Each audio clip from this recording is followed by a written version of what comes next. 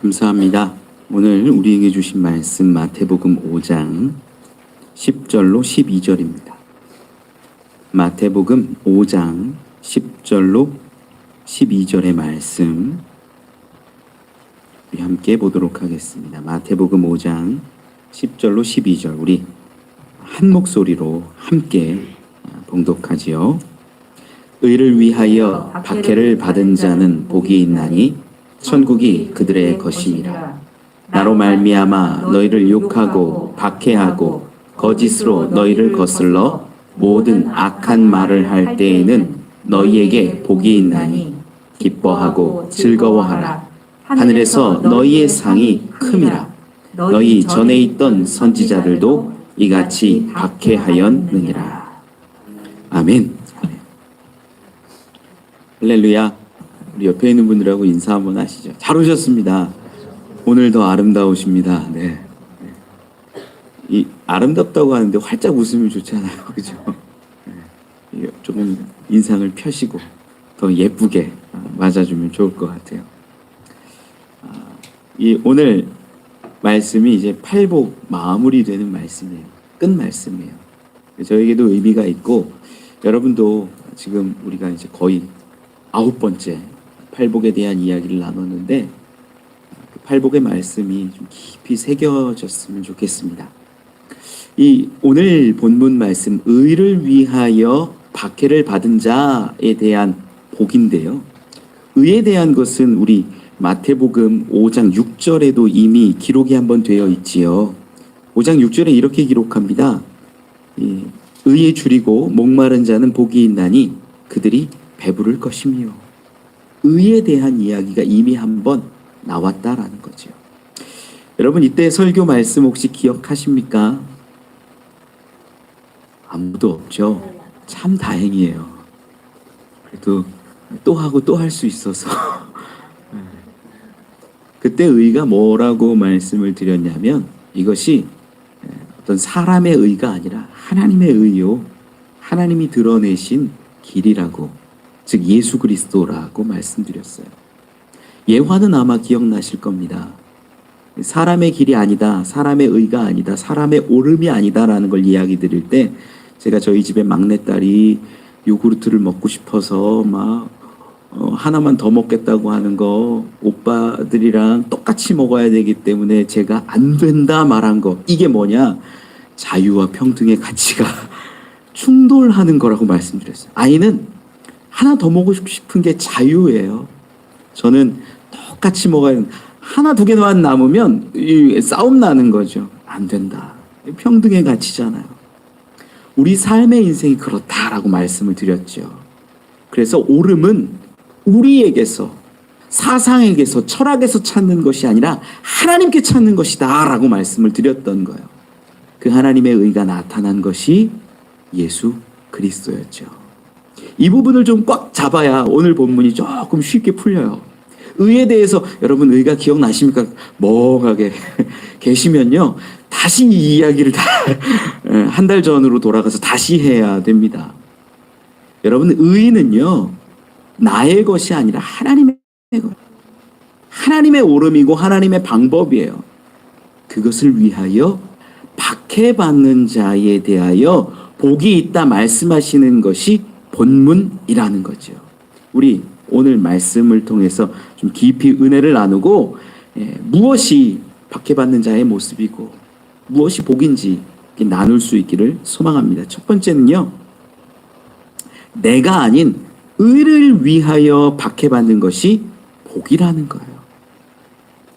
오늘 말씀을 좀 잘 풀어내기 위해서는 분명히 알아야 되는 게 박해에 대한 이해를 가져야 돼요. 박해가 뭐냐? 이 박해라는 것 우리 6절 말씀 가운데는요. 하나님의 뜻과 하나님의 길 예수 그리스도를 알면 그를 갈망하고 갈급해하고 줄이고 목마르고 하는 것으로 바라보고 소망하는 것 그래서 배부르게 된다라는 이야기로 이렇게 풀어졌는데 오늘은요. 이 박해는요. 조금 더 어려운 거예요. 더 고난되고 더 고통스럽고 힘든 모습이겠지요. 박해라는 단어가 헬라어로는요. 디오코라는 단어이고 히브리어로는 라다프라는 단어입니다. 근데 이 두 단어가 어원적으로 보니까 공통되게 가지고 있는 것이 뭐냐면 사냥하듯 추적하다라는 의미가 있어요. 그러니까 박해라는 건 잠깐 일시적인 고난과 고통 가운데 처한 것이 아니에요. 이거는요, 단순히 미워함을 넘어서서 누군가가 집요하게 공격하고 끝까지 집중적으로 괴롭히는 모습을 박해라고 하는 거예요. 잠깐 있다 스쳐 지나가는 것이 박해가 아니에요. 죽을 때까지, 어쩌면 끝날 때까지, 사냥감이 잡힐 그때까지 받는 고난과 고통을 박해라고 표현한다라는 겁니다. 박해의 그 단어의 무거움이 이제 좀 느껴지십니까? 우리는 의를 위하여 박해받는다라는 것을 가볍게 여길 수 없어요. 쉬운 단어가 아닙니다. 쉬운 표현이 아니라는 거예요. 요즘 이슈가 된 그 이단들 JMS 같은 쪽에서 보니까는 얼마나 많은 불법을 저지르고 성적인 비위도 있었고 그럽니까? 그런데 내부자들의 이야기를 조금 들어보니까 내부자들이 하는 이야기는 자기네들이 박해받고 있다라고 표현을 해요. 깜짝 놀랐어요. 박해받는데요. 자기네들이. 말이 돼요? 수많은 증거가 있는데도 자기네들이 박해받는데요. 여러분, 박해받는다는 표현은요, 자신의 죄와 자신의 허물과 자신의 악행으로 인하여서 받는 건 박해가 아니에요. 우리가 이걸 알아야 돼요. 죄를 지었고 문제가 있었고 이런 것으로 인하여서 받는 것, 치욕, 아픔, 고난, 그건요 정당한 징계예요. 그건 박해가 아니에요. 전혀 다릅니다. 똑같이 피가 나는 것 같고 상처를 입는 것 같고 죽을 것 같은 고난이 있을지라도 무엇에 의한 거냐라는 거예요. 오늘 본문도요 분명히 말씀해요. 의를 위하여 박해받는 자가 복이 있다 말해요. 나를 위하여 박해받는 것이 아니라 의를 위하여 박해받는 자에게 복이 있다 말씀합니다. 특별히 오늘 말씀 끝에 보면 12절 끝에 이런 기록이 있어요. 박해받는 자의 어떤 예처럼 예수님이 들고 계신 것이 하나 있는데 너희 전에 있던 선지자들도 이같이 박해하였느니라 기록합니다. 선지자들이 뭐 받았다고요? 박해받았다라. 이 장면을 좀 하나 살펴보면 좋을 것 같은데 예전에 예레미야 시대에 예레미야가 박해받았고 눈물을 많이 흘렸던 선지자로 유명합니다. 그래서 예레미야 하면 성경 조금 읽어보신 분들은 눈물의 선지자 이런 말들을 아마 들어봤을 거예요. 그가 왜 박해받고 왜 눈물을 흘렸을까? 그 예레미야 선지자가 활동했던 때의 배경이 언제냐면요. 유대가요, 예루살렘이 이제 무너질 때의 이야기예요. 이 바벨론에 의해서 유대가 무너지고 이스라엘이 풍비박산 납니다. 완전히 다 모든 사람들이 백성들이 다 끌려가기도 하고 어려움에 처하는 때가 이 예레미야가 활동했던 때라는 거예요. 수많은 사람들이 그때 뭐를 구했냐면 하나님 우리를 좀 구해 주십시오. 하나님 우리를 좀 살려주십시오. 외세가 이렇게 우리를 붙잡으려 하고 괴롭히려 하고 고난을 주고 있는데 하나님 우리를 좀 살려주셔서 우리를 고통 가운데 두지 마시고 구원해 주십시오. 이런 기도 다 하는 거예요. 다 했어요 실제로. 그런데 이 예배하러 가는 이 유대인들의 삶이 사실 그 깊이 바라보면요 무너져 있었어요. 우리 성경을 좀 한번 찾아보죠. 예레미야 7장입니다. 예레미야 7장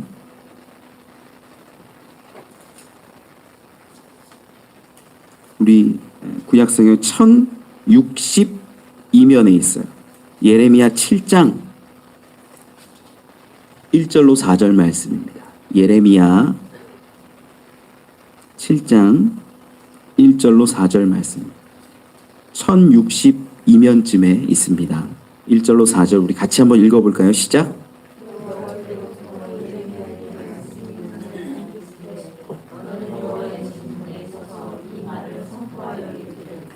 여호와께 예배하러 이 문으로 들어가는 유다 사람들아, 여호와의 말씀을 들으라.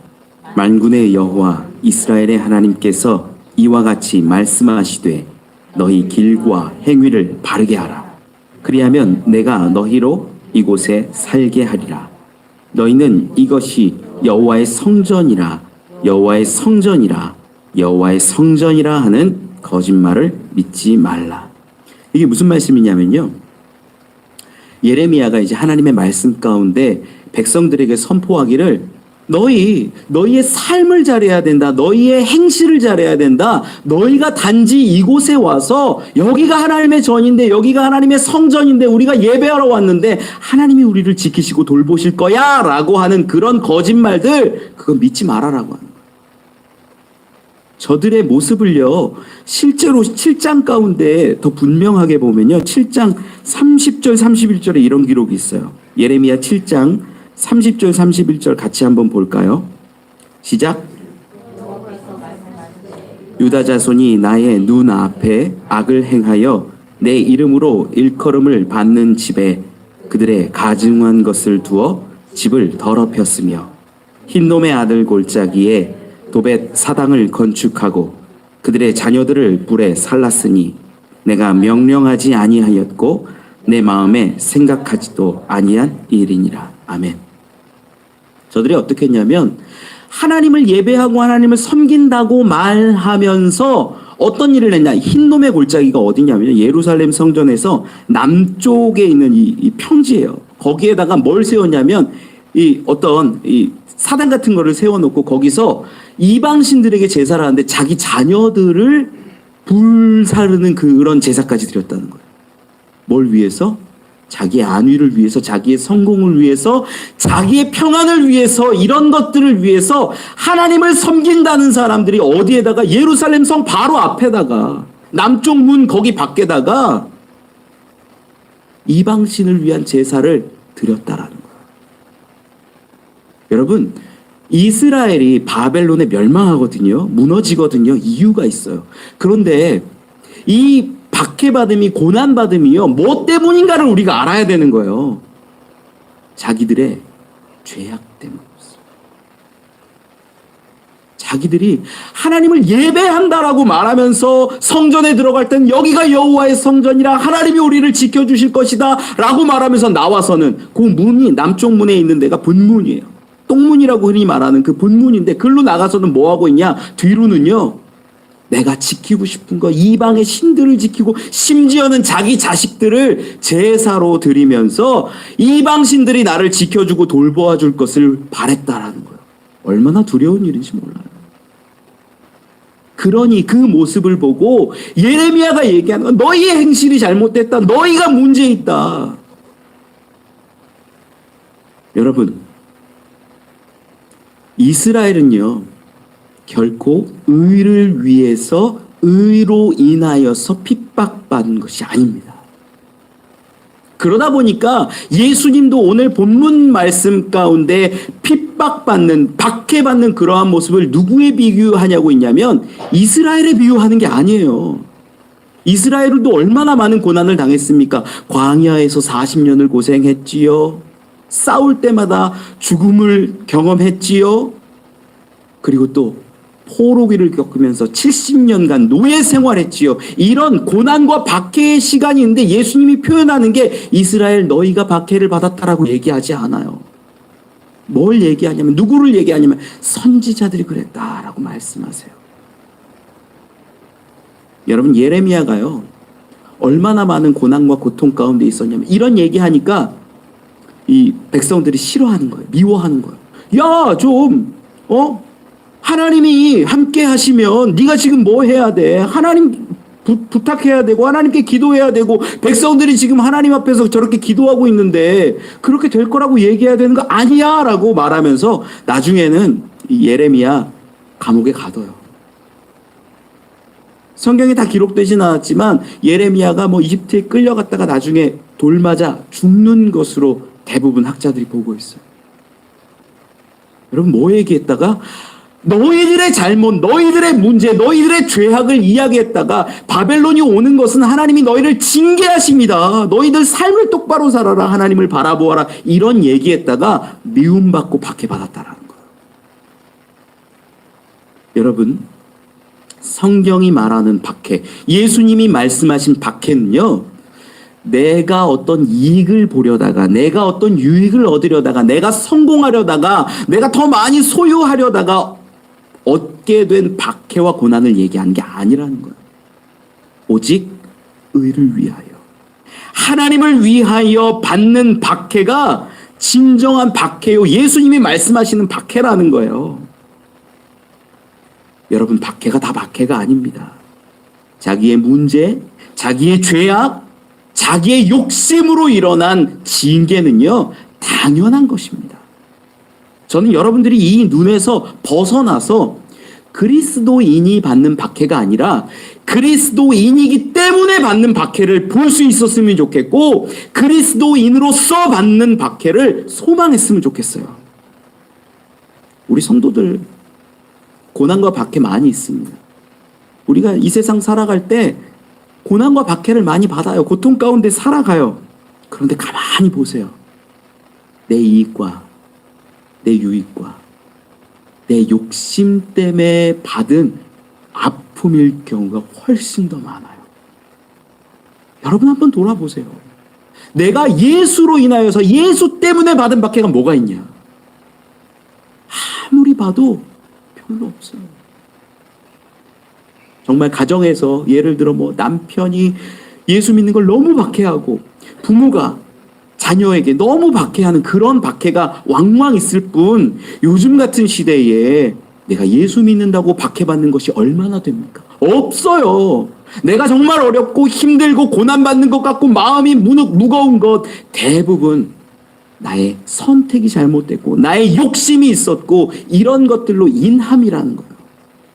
여러분, 예수님의 말씀이요, 놀라운 것이 여기 있는 팔복의 말씀을 여러분들이 누리길 원한다면 시선을 정확하게 해야 돼요.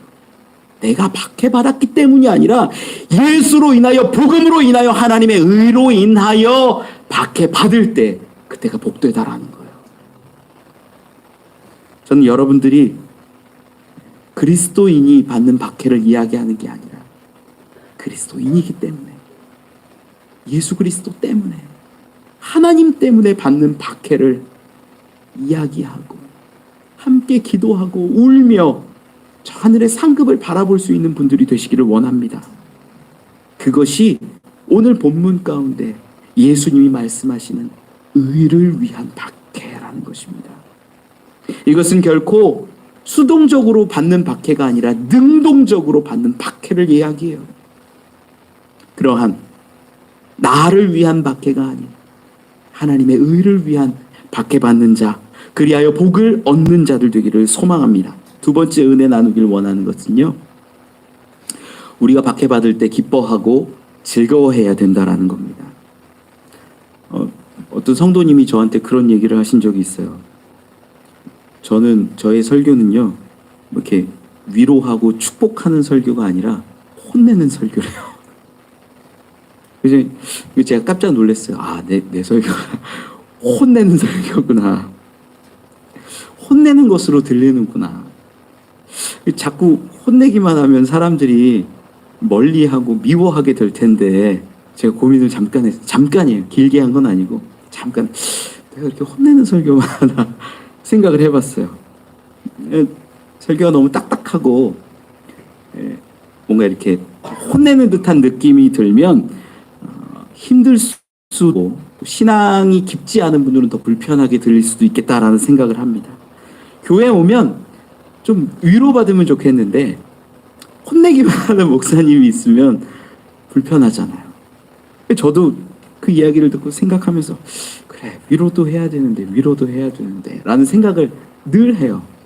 그런데 말씀으로 딱 들어와서 말씀을 이렇게 읽고 말씀 가운데 이렇게 주시는 것들, 그리고 말씀이 정말 이야기하는 것, 이 맥락도 시작하고 단어도 시작하고 모든 것들, 그것을 바라보면요, 위로보다는 혼내는 것처럼 이야기하시는 것들이 사실 너무 많아요. 그것들이 저에게는 또 약간의 어려움과 부담감이기도 합니다. 그런데 여러분, 우리가 지금의 고난이 어디로부터 오는 고난인가를 자꾸 보라고 말씀드렸잖아요. 내 욕심, 내가 소유하려는 것, 나의 성공을 위한 것으로 시작된 고난과 박해 가운데 어려움을 겪는 분들이라면 제가 그것을 놓고 위로하고 괜찮아, 다 잘 될 거야 라고 말하는 게 이게 성경적일까요? 만약에 예레미야 이야기를 보면 하나님, 성전에 계신 분, 우리의 하나님이 되시고 우리의 구원자가 되시는 여호와께서 여기 계시니 우리를 안전합니다. 여기가 여호와의 성전입니다. 막 이러고 나와가지고 아랫문으로 나와가지고 막 말도 안 되는 흰놈의 골짜기에서 뭐 이방신에게 제사하고 자식 불살라 드리고 이런 것들 가운데 제가 그래요, 위로합니다. 하나님이 계시지요. 여러분 물질의 신을 더 섬기시고 풍요의 신을 더 섬기십시오. 이렇게 말하면 여러분 위로가 될까요? 죄송한데 아니라는 거예요. 그거 아니라는 거예요. 여러분, 예레미야가 어떤 마음이었을까요? 사람들에게, 민족에게, 백성들에게 막 미움받고 박해받을 때 그 마음이 어땠냐면 예레미야 20장 가운데 쭉 읽어보면요, 얼마나 그 마음이 고통스럽고 저주스러운지, 내가 태어나지 않았으면 좋았을 것을, 그렇게 얼마나 그 고통 가운데 사무치는 이야기를 하는지 몰라요. 그럼에도 불구하고 그는 타협하지 않아요. 미움을 받아도. 여러분, 저도 충분히 위로할 수 있고 충분히 좋은 이야기 할 수 있는데 제가 위로하지 않는 이유가 하나 있어요. 위로할 수 있어요. 위로하기도 해요. 제가 위로 안 하지 않아요. 그런데 말씀 가운데에서 그 말씀을 전할 때 일부러 위로의 말을 넣지 않는 이유가 있어요. 왜냐하면 위로가 이 심령 가운데는 진통제 역할을 하기 때문에. 왜 그러냐면 수많은 목사님들이 막 저도 이렇게 보면 말씀대로 잘 전하면서 사람의 감정선을 건드리는 위로의 말씀을 잘하는 목사님들이 계세요. 탁월해요. 제가 봐도 은혜도 되고 깨달음도 있고 마음도 따뜻해지고 넓어져요. 막 그런 게 있어요. 저도 설교를 보면 느껴져요. 그리고 저런 목사님들의 설교를 좀 롤모델로 잡으면 좋겠다라는 마음도 들어요. 제가 그거 모르는 게 아니에요. 그런데 왜 안 하냐면, 여러분, 말씀을 깨닫고 혼났다가도 위로의 말씀으로 딱 덮어버리면 어떻게 되냐면요, 그래, 내가 지금 살고 있는 거 괜찮아. 그래, 그래도 하나님이 나를 위로하시고 나를 돌봐주시고 감싸 주시는 거야. 마치 내 삶 가운데 내가 잘못된 것들이 있지만 그럼에도 불구하고 나를 덮어주시고 용납하시고 인정해주시는 하나님을 자꾸 보게 하는 거예요. 그 위로가요. 이게 뭐예요? 심령의 진통제예요. 진통제. 실제로는 그 마음이 병들어서 썩어가고 있고 어쩌면 죽어가고 있고 그 기능을 하지 못하고 있는데도 불구하고 진통제를 싹 놔주면, 그래, 내가 잘못된 건 알겠는데 아픈 건 알겠는데 괜찮아. 아니에요. 죄송한데 어떤 그 목사님을 제가 흉보는 거 아니면 절대 아닙니다. 어떤 특정 누구를 얘기하는 것도 절대 아니에요, 지금. 그런데 말씀은요, 우리 성경 가운데에도 분명히 기록하죠. 우리 히브리서 한번 찾아볼까요? 성경 히브리서 4장 12절 말씀, 유명한 말씀 한번 찾아보죠. 하나님의 말씀은 어떠하냐면 4장 12절 357면에 있습니다. 히브리서 4장 12절 같이 한번 읽어보죠. 시작. 하나님의 말씀은 살아있고 활력이 있어 좌우에 날선 어떤 검보다도 예리하여 혼과 영과 및 관절과 골수를 찔러 쪼개기까지 하며 또 마음의 생각과 뜻을 판단하나니. 아멘. 하나님의 말씀은 뭐와 같다 그래요? 검 같다 그래요. 검. 그냥 위로하고 괜찮아 하는 말씀도 분명히 하나님이 주시는 것들이겠지만, 그거보다 더 중요한 우리의 죄악 가운데, 우리의 문제 가운데 필요한 말씀은 뭐냐면 그 정말 상처 입고 썩어져가는 부분들을 도려내는 하나님의 검과 같은 수술의 말씀이라는 거예요. 예레미야는 그것 때문에 분명히 복음을 선포했고 하나님의 뜻을 전했을 때 사람들이 미워한 거예요. 그것 때문에 박해받은 거예요. 위로할 줄 몰라서가 아니에요. 정말 하나님의 마음이 어디 있는지, 그렇게 죄악 가운데 빠져서 구렁텅이 가운데 살아가는 사람들에게 진실을 이야기하고 하나님의 말씀을 전했을 때 미움받은 거예요. 그게 의를 위하여 박해받은 것이 된다는 거예요. 여러분, 저는 여러분들이 목사에게 위로받고 목사에게 인정받는 삶이 아니라 그것으로 조금 괜찮아져서 삶에서 똑같이 살아가는 사람이 아니라 오직 말씀으로 인하여, 말씀의 그 검 같은 놀라운 힘으로 인하여, 그 말씀은 뭐라고 합니까? 혼과 영과 우리 육신, 관절과 골수까지 찔러 쪼갠다라고 분명히 말씀하세요. 우리의 모든 것이 새로워질 수 있다라는 거예요. 잠깐 괜찮아가 아니라 우리 모습이, 우리의 삶이, 우리의 존재가 거듭난 것처럼 새 것이 되고 온전케 되는 것, 그게 말씀의 힘과 능력이라는 겁니다. 여러분, 하나님의 의, 예수 그리스도를 위해서 새로운 삶을 살고 새 것이 되어 살아가며 그러한 새로운 삶으로 인하여 하나님을 위해, 의를 위하여 박해받음에도 기뻐할 수 있는 분들이 되기를 원합니다. 그게 내가 박해받을 때 기뻐할 수 있는 놀라운 힘이에요. 바울이 그러한 삶을 살아가요. 바울을 보면 하나님의 의에 대해서 분명하게 정의해요. 그리고 그 의를 위한 삶이 어떤 삶인지를 분명하게 이야기합니다. 성경을 좀 찾아보죠. 우리 빌립보서 3장입니다. 빌립보서 3장 5절로 12절 말씀이에요. 조금 말씀 길지만 우리 한번 읽어보죠. 빌립보서 3장 5절로 12절 말씀 321면에 있습니다. 빌립보서 3장 5절로 12절 같이 읽어보죠. 시작. 베냐민 지파요, 히브리인 중에 히브리인이요, 율법으로는 바리새인이요, 열심으로는 교회를 박해하고 율법의 의로는 흠이 없는 자라. 그러나 무엇이든지 내게 유익하던 것을 내가 그리스도를 위하여 다 해로 여길 뿐더러 또한 모든 것을 해로 여김은 내 주 그리스도 예수를 아는 지식이 가장 고상하기 때문이라. 내가 그를 위하여 모든 것을 잃어버리고 배설물로 여김은 그리스도를 얻고 그 안에서 발견되려 함이니 내가 가진 의는 율법에서 난 것이 아니요 오직 그리스도를 믿음으로 말미암은 것이니 곧 믿음으로 하나님께로부터 난 의라.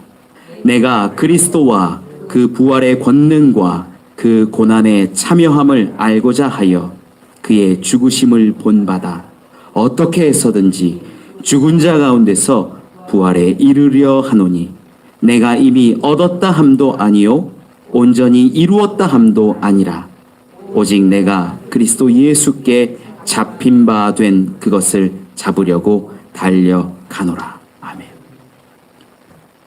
여러분, 바울이 자기의 원래의 그걸 얘기하고 있어요. 나는 8일 만에 할례 받았고 나는 이스라엘의 족속 중의 족속, 베냐민 지파고 히브리인 중의 히브리인이고 나는 아무런 율법적으로 문제가 없는 바리새인이다. 정말 열심히 살았다. 그게 그에게 있어서 의였어요. 그런데 그 의가 바뀝니다.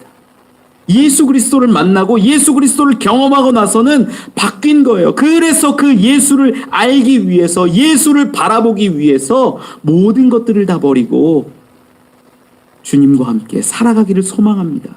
10절 말씀 끝에 이렇게 기록하고 있어요. 그 고난의 참여함을 알고자 하여 그의 죽으심을 본받아. 주님을 보면서 그 죽으심을 본받아 살아가려고 애쓰고 노력했던 자가 바로 바울이라는 거예요. 나의 이 종교적인 노력에서 바뀌어서 이미 예수께서 이루신 것을 바라보고 그것을 따라가는 삶, 그 죽음을 따라가는 인생, 내 십자가를 지고 따라가는 그 모습이 박해받는 모습이라는 거예요. 여러분, 예수님을 만나게 되면요, 우리가 조금씩 진통제를 받으면서 위로받는 것이 아니라 진짜로요, 새로운 삶이 시작되는 것입니다. 여러분, 이게 예수 만난 자의 특징이에요. 절대 조금씩 바뀌는 게 아니에요. 물론 조금씩 바뀌어서 언젠가 이루어져 가는 사람들도 있어요. 그런데 진짜 예수를 만난다라는 것, 그분을 경험한다라는 건 내 삶이 바뀌는 것, 새로운 삶으로 바뀌고 거듭나는 것을 이야기한다라는 것입니다. 바울이 그때부터 어떻게 사는 줄 아세요? 그때부터 받은 고난 이루 말할 수가 없어요. 40에 하나 감한매를 수차례 받고 돌로 치고 감옥에 갇히고 착고에 채워지고 모욕당하고 수많은 고소와 고발 가운데 처하게 됩니다. 매번 도망해요. 바울의 인생이 그래요. 왜 박해받고 왜 고난받느냐? 주님을 만나니까, 예수 그리스도를 경험하니까, 그분을 따라가야겠으니까 그렇게 인생이 바뀌더라는 거예요. 여러분, 예수를 만나면, 예수를 믿으면 그 믿음으로 우리는 분명히 의로워집니다. 변화된 성품이 나타나야 합니다. 이것이 진짜 신자라는 거예요. 가짜 신자는요, 여러분, 예수를 인정하지 않는 사람이 아니에요. 가짜 신자는 뭐냐면요, 예수를 믿는다고 말하면서 삶의 모습 가운데에서는 이러한 우리 계속 나누었던 팔복의 모습이 하나도 드러나지 않는 사람이 가짜 신자입니다.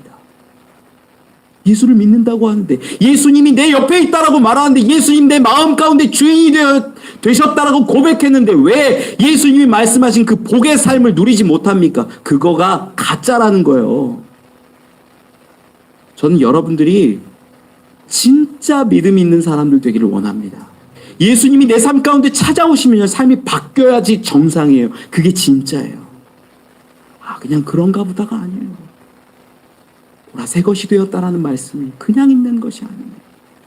이전 것은 지나가고 새 것이 된 모습으로 우리가 살아가야 되는데, 자꾸 교회에 오면 위로받고 다시 세상에 나아가서는 세상의 것들을 추구하면서 살아가는 모습입니다. 여러분, 그거 아니에요. 팔복의 말씀은요, 정리를 하면 주님이 우리와 함께하는 삶이에요. 예수 그리스도로 함께 동행할 때 경험되어지고 느껴지고 체험되어지는 삶이 팔복의 말씀이에요. 그런데 우리는 지금까지도 이 팔복의 말씀을 바라보면서, 야, 이렇게 하면 이런 복을 받겠다, 이렇게 하면 이런 소유를 하겠다, 이렇게 하면 이런 은혜를 받을 수 있는 거 아닐까라고 생각합니다. 아니요, 그게 복이 아니라 주님을 바라보고 인정하고 믿고 의지하고 주님과 함께 걸어가다 보면 그것이 애통하고 가난하고 힘들고 의에 줄이는 것 같지만, 그렇게 박해받는 것 같지만, 늘 주님이 우리와 함께 하셔서 위로하시고 힘주시고 새롭게 하시고 우리를 온전케 하시는 그 놀라운 것들을 경험하는 것이 진짜 복이라는 겁니다. 오늘 본문 말씀 가운데 돌아오면 12절 가운데 이렇게 기록합니다. 기뻐하고 즐거워하라. 하늘에서 너희의 상이 큼이라. 여러분, 팔복의 말씀이요, 야, 내가 이렇게 했더니 이 땅에서 이런 것들을 누렸어, 이런 것들을 얻었어, 이거예요? 아니에요. 하늘의 상급이라고 정확하게 예수님은 말씀하신다라는 거예요. 내가 예수님과 이 땅 가운데 살아갈 때 때로는 양보하고 때로는 속상하고 때로는 무너지고 아파하고 애통했더라도 그러한 삶 가운데 우리의 상급은 어디에 있다? 하늘에 있다라는 겁니다. 물질적으로 풍요해지는 복을 성경에서 찾기보다는 주님이 나와 함께 하실 때 주님이 나의 복 되시고 상급 되심을 여러분들이 경험할 수 있기를 소망합니다. 말씀을 맺습니다. 의를 위하여 박해받는 자는 하늘의 상급이 크다라고 분명히 성경은 증언합니다. 우리가요, 수동적으로 그리스도인이 박해받을 때 복받는 것, 이거 얘기하는 거 아니에요. 성경은 그리스도인이 되기 위하여 박해받고 그리스도인이기 때문에 박해받는 그 모습, 박해가 있음에도 불구하고 내가 그 길로 걸어가는 그 모습이 복되다라고 말씀하는 것입니다. 다니엘 강의 시간에 이 상급에 대해서 이야기한 적이 있어요. 면류관 이야기를 하다가 나눈 것인데요. 우리가 이 땅에서 막 살아가다가 주님 앞에 딱 가면 우리가 많이들 금면류관 같은 거 받기를 바래요. 야, 주시는 면류관 좋다. 이것들 받았으면 좋겠다. 그런데 성경에 히브리어에는요, 면류관이 두 가지가 있어요. 하나는 이 아타라라는 면류관인데 이건 왕관이라는 단어로 이렇게 많이 기록됩니다. 그리고 다른 하나 면류관은요, 네제르라고 해서 흔히 아는 화관이에요. 화관. 우리가 막 마라톤 열심히 42.195km 달리고 끝에 가면 뭐 씌워주냐면 월계관 이렇게 딱 씌워주잖아요. 그 월계 이파리가 여러분 큰 가치가 있을까요? 아니요, 가치 없어요. 그런데 우리가 우리의 인생길을 막 달려가서 주님 앞에 딱 섰을 때 받는 그 그 면류관은 뭐냐면요, 이 세상 기준으로 봤을 때 가치 있는 금 면류관이 아니라, 그래, 너의 인생 마라톤처럼 너무 힘들고 멈추고 싶고 힘들었지만 여기까지 달려오느라 고생했지, 내가 그거 다 알아 하고 씌워주시는 화관과 같은 면류관이라는 거예요. 전 여러분들이 팔복의 주인공들이 되셨으면 좋겠어요. 예수님과 함께 할 때, 예수님을 모시고 살아갈 때 우리는요, 박해받아도 기뻐할 수 있고 즐거워할 수 있습니다. 해통해하며 아파하며 마음이 가난해지더라도 감사하고 찬양할 수 있습니다. 하늘에서 주님이 우리를 인정해 주시고 우리를 품어주시고 우리에게 그 아름다운 의의 면류관을 씌워 주실 것을 믿기 때문입니다. 여러분, 진정한 복, 팔복 8가지 있지만 사실 그 의미는 모두 같습니다. 내가 무언가를 소유하고 얻는 것이 아니라 예수를 발견하고 예수를 따라가며 참된 그리스도인으로 살아가는 그 길이 바로 팔복의 길입니다. 주를 따라 살아가라고 애쓰고 노력하고 가난하고 애통하며 의에 줄이고 목마른 삶을 살아갈 때 하나님의 영광을 위하여 때로는 나를 쳐서 복종시킬 그때, 박해받을 때 하나님이 우리를 알아주시고 인정해 주시며 천국을 소유하는 자가 될 것을 믿습니다. 그러한 저와 여러분 우리 되시길 축원합니다. 우리 같이 찬양하고 기도하면 좋겠어요.